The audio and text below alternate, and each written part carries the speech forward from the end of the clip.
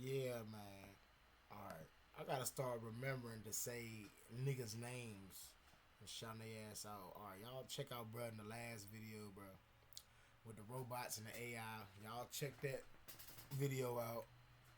Goddamn, if you ain't got it, goddamn, get your bowls, your bongs, your blunts. Goddamn, if you ain't got it, get the fuck on and grab that, then come back. So, I guess y'all want to know why y'all thought that all the GTA maps was big as hell when y'all was kids, right? So, I mean, I guess this video gonna explain it. So let's watch it. I can tell you why though. I can tell you why San Andreas is so big. Nigga, we was young as hell. We was kids. Damn, the graphics, goddamn, obviously changed over time. I mean, like the goddamn standard gigabytes and the size of the cartridges, and you know what I'm saying, holding the discs and all these games and shit back in the day got bigger over time. So they was able to implement a lot of shit. And plus, I can tell you why. Cause San Andreas got that fog element. That shit kind of make it damn an illusion. So it's still big though. Do you maybe remember that moment when you first launched GTA 3 or Vice City and thought to yourself, wow, this map is huge? I mean, back then, it was much easier for us to get lost in some alley and lose our sense of direction. Or when you drove in GTA San Andreas through that northern part of Red Country and you looked over at a fragment of Las Venturas, observing that vastness and feeling huge excitement that there were still so and you looked over at a fragment of Las Yeah, exactly. I'm about to say Red County, bro. Vegas through that northern part of Red Country. Okay, word. Okay, I thought it was AI. I'm about to get sick, but it's not. It's a normal brother. Shout out to Gaming Investigators. And you looked over at a fragment of Las Venturas, observing that vastness and feeling huge excitement that there was still so much left in the game to discover. What was kind of sad though was the surprise when you last played San Andreas, say in 2007, and then came back to it in 2013 and got shocked. Like, hey, what the hell? Something's missing. Where did half the map go? And I have even more of an impression that paradoxically, even though in GTA 5 the map is definitely bigger, even bigger than the one in GTA San Andreas, still that feeling of its Most size. definitely, fellas. Look at this. Uh, Look at this. Now this is crazy. That's very big. Look, damn, just damn Los Santos and San Andreas and almost all that, damn near, like all this right here, all the county, the Red County, and all that, is just as big as downtown, and just as big as Los Santos International Airport and La Puerta and all that down there. No, see, GTA 5 crazy. I ain't gonna lie.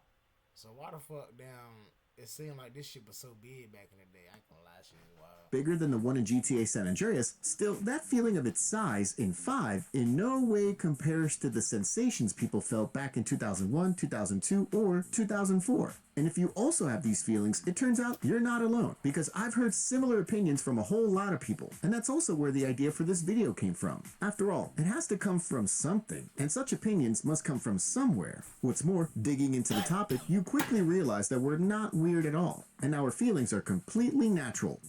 We'll start with something that'll make it easy to move on to other things. So we're talking about the poor draw distance. Almost as bad as my mother-in-law's dumplings on Christmas Eve, and the characteristic fog in San Andreas, which created an incredible atmosphere and created an illusion. So the draw distance, like GTA 5,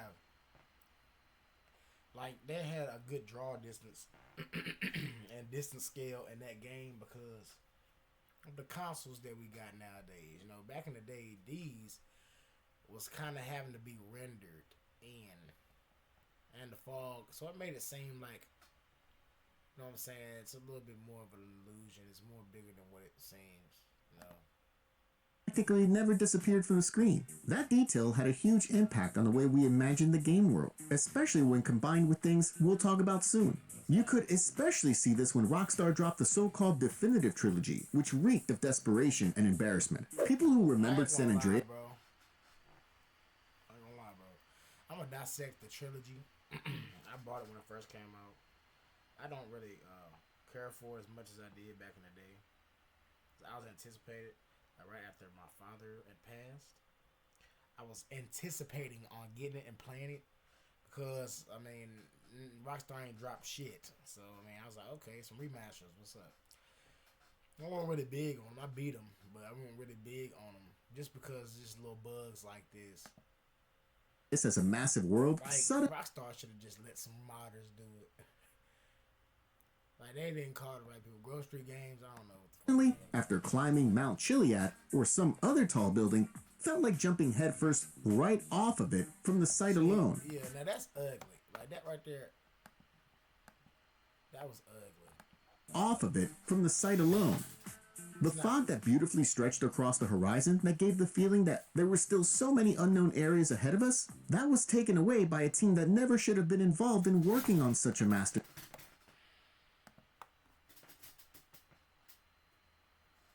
Grove Street Games. My dub.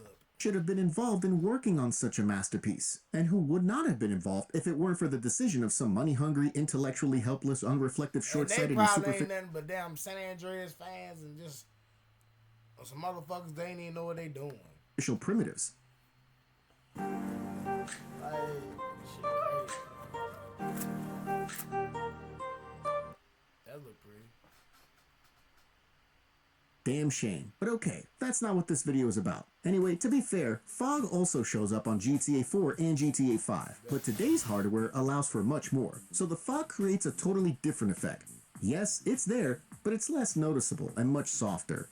In the PS2 version of San Andreas, you often couldn't even see the other end of an average street, and if we can't see how big the world is, then the process of getting to know and exploring it naturally takes much longer. Our brain then gets the impression that since it takes so long to get its bearings and the eyes constantly see this sort of endless horizon, the map must be enormous. Let's look at this example. Here's the map as CJ sees it from the western part of San Fierro. Now here's the GTA 5 map seen from Franklin's perspective. Even though GTA 5's map is twice as big, in this comparison, we get the impression it's the other way around. Of course, we're not discussing which is better. Like, yeah, just look at it. Look at it real quick, y'all. That made no sense. Other way around. Of course, we're not discussing which is better. Graphics move forward, trends change, but still, the fact remains that this is just an important piece of the whole puzzle. One that explains why so many people feel that GTA maps used to be enormous. And even if this aspect of draw distance and fog hadn't changed, a lot of other things did, which we'll talk about in a sec. One of those things is that most people had that big maps in GTA feeling when they were very young. Mary Beth. That's the youngest Grand Theft Auto character in GTA history. Vice City story. The simple fact that we were kids when we played those games had an insanely huge impact on how we remembered those maps. As kids, we usually don't have much experience. Our ability to compare is pretty weak too. We compared based on the few things we tried at the time, and since GTA maps were really big for the standards of those games back then, that's also how we remembered them. Plus, our real lives were often limited to the local playground or the courtyard down the block, while in GTA, we were cruising through a whole city. And here, we need to pause for a second. The way we perceive distance as kids or teenagers is really important. Begging your mom to let you go 2 or 3 neighborhoods over, or riding 5 kilometers to a buddy's house outside the city, or to your grandparents in the countryside, those were big deals, real expeditions, reminding us back then of the late 15th century and Columbus discovering America. On top of that, there was a completely different sense of time. Kids experience time much more slowly than adults. Every minute or hour is felt more intensely, and the brain records more new stimuli and experiences. It's just learning. Everything around is often new. As you grow up, the repetition of experiences and the greater predictability of life make the brain process fewer new things, which in turn makes time feel like it's flying by. Exactly. Back then, when Grandma said, "Oh, my dear grandson, time really flies," we used to laugh and wonder. But unfortunately, as time passes, He right. That's real. Time is flying, and that's the reason why. Because we getting older, bro. One ends up saying that too, and it's not so funny anymore. Scientists explain this with the so-called proportional theory of age. For a child, 1 year is a huge chunk of their life. For a 10-year-old, that's 10% of their entire life so far, while for a 50-year-old, it's only 2%. Now listen up, because I'll throw in some science jargon. but it explains this perception of time pretty well. Neurological studies indicate that the pace of how we perceive time is partly linked to neurotransmitter activity and the functioning of brain structures responsible for memory and attention. Bro, what are you talking about, man? The more new, unusual experiences, which are typical of childhood when you're discovering the world, the slower time feels. And the more routine and predictable adult life becomes, the faster time feels subjectively. That's why the memory of gigantic maps and games comes from the fact that we pulled out more novelty from every game, because our brain had never experienced many of these things before, both in the context of GTA, video games in general, handling controls, and 10 other things tied to computers. Add to that the fact that the younger you are, the more observant your brain is, and it only multiplies that effect. Later, of course, there were still a lot of new things in the next installments, but as we grew older, more and more of it was already familiar. If I had to compare and summarize this part, I'd say, for example, that Las Venturas was perceived in the eyes of a teenage player about the same size as a grown adult perceives the actual Las Vegas. And I think I didn't exaggerate too much with that statement. On top of all that, there was also the style of how we played games. Nigga. Fuck, can't even get up. I think I'd be a dickhead that like live. Nigga, I really used to like play San Andreas. Really used to fucking play San Andreas, nigga, as like 7 years old, bro. For real. And it's like, nigga, I thought that was LA. So I could see how he mean like kids perceive the maps to be bigger than what us as adults would perceive them to be as real life. Back then, we didn't rush. There wasn't that immediate need to use the internet too quickly to find weapons on the map, complete a mission, or get a specific item. And if we did use the net, it was usually at some buddy's house who actually had it. It wasn't no internet. So, I don't know what the fuck he's talking about. But when I was playing GTA San Andreas, buddy, he must be younger than me. Because he probably was playing GTA San Andreas in 2006. And I was playing that shit when it came out, 2004, 5. So, it wasn't no damn internet. It wasn't no Google searches or nothing. We had to find everything. We had to use jetpack cheat codes like my homeboy Brian O'Leary. Shout out my nigga Brian. My nigga Brian, bro. He had all the codes, bro. I used to go to his crib. Then I was the first time I ever played San Andreas. Then he ended up giving me some cheats, bro. And then when I got the game, jetpack code, all that, bro. I remember his CJ like it was yesterday. His CJ had the yellow mohawk. And this is 2004, 5. Shit crazy, bro. Or in an internet cafe to write down some cheat codes. The lack of internet also meant no quick flow of information. Our awareness of basic gameplay elements was way lower. Like, listen, I know a guy, for example, who, when he played San Andreas as a kid, it took him 2 years to realize there was even an option to pause the game, check the map. The urge to explore was... What? Hold on, what? That's funny, I ain't gonna lie, he said. Cause it was times, nigga, when niggas ain't have no memory cards or nothing. But that's funny. He ain't know about the map is crazy. For example, who, when he played San Andreas as a kid, it took him 2 years to realize there was even an option to pause the game, check the map. The urge to explore was also greater because GTA at the time was visually mind-blowing, so sometimes you couldn't help but get excited just from looking at some scenes. It felt like adventure waited on every corner, and when you think about it, that's kind of how it really was. Gameplay slowed down even more, because as kids, we didn't know the norms. We didn't know what the game was actually about. We had no pressure about what we were supposed to do in it. Today, when we launch a game, we immediately look for the story mission, listen to the dialogues. We know what we need to do, and so on. But back then, Ken just dropped us in the middle of the city, some icons popped up on the map, nobody knew what the hell they meant, and the game began. Over time, some figured out that you had to drive to someone to talk and push the events forward. But even then, when you went to a mission and in the cutscene you saw some, "How are you, sugar tits?" you still had no idea what was going on, especially if you didn't even know English. So we just bounced between the K and C icons, then listened to that guy from the R icon. What were those characters' names again? Nobody really cared. The guy with K was Kevin for one, Kenneth for another, and for a third, who already knew how are you, it was Karen, because that was the only English name they knew. The guy with R had to be Ronaldinho, because Vice City came out around the time Brazil won the World Cup in Korea and Japan, and Ronaldinho was awesome. Though, yeah, the skin color didn't really match, and the belly was more like old Ronaldo from Brazil, the one who'd swap his wife for a pancake. But hell, some facts lined up in theory, so it was fine.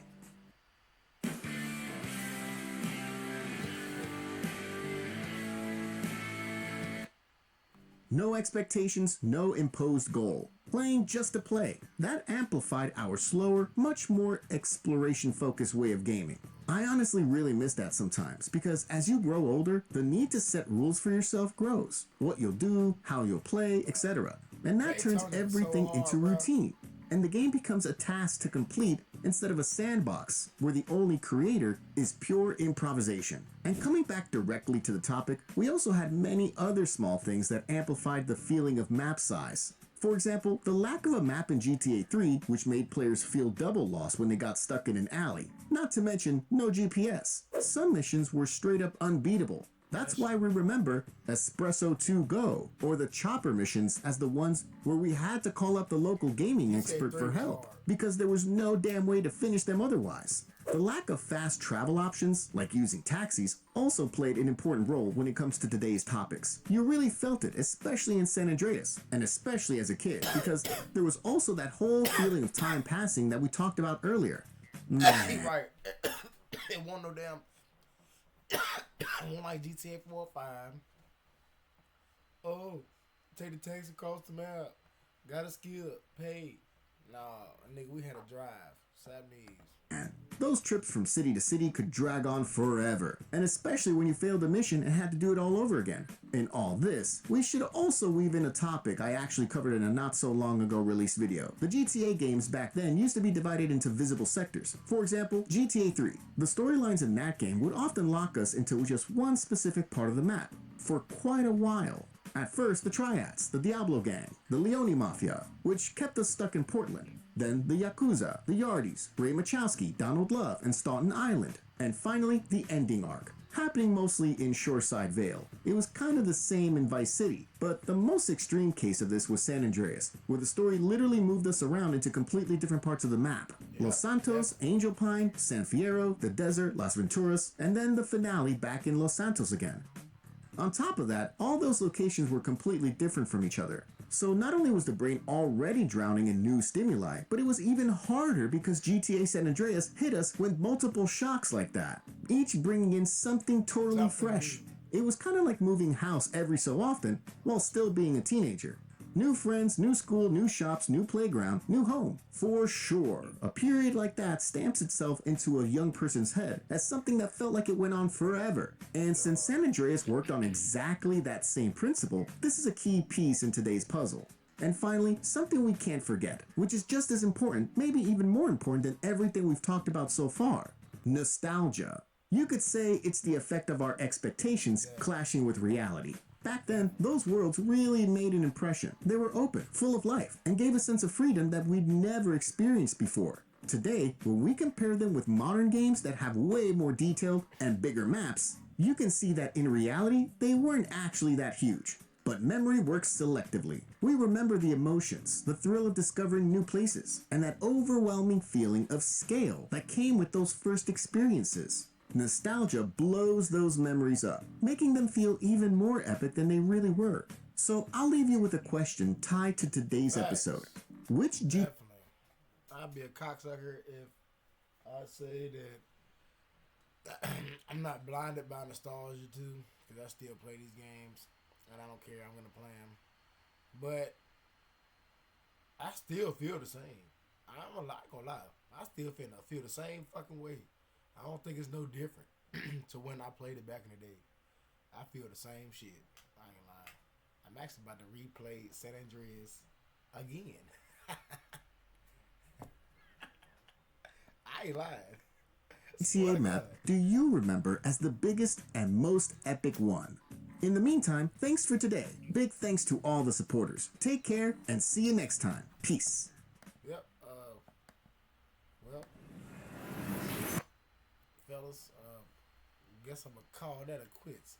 Thanks for gaming investigators. I'm about to be doing some more goddamn reacts on things like that too, not just 6, but also this every GTA. If y'all liking it, and I will continue. But yeah, man.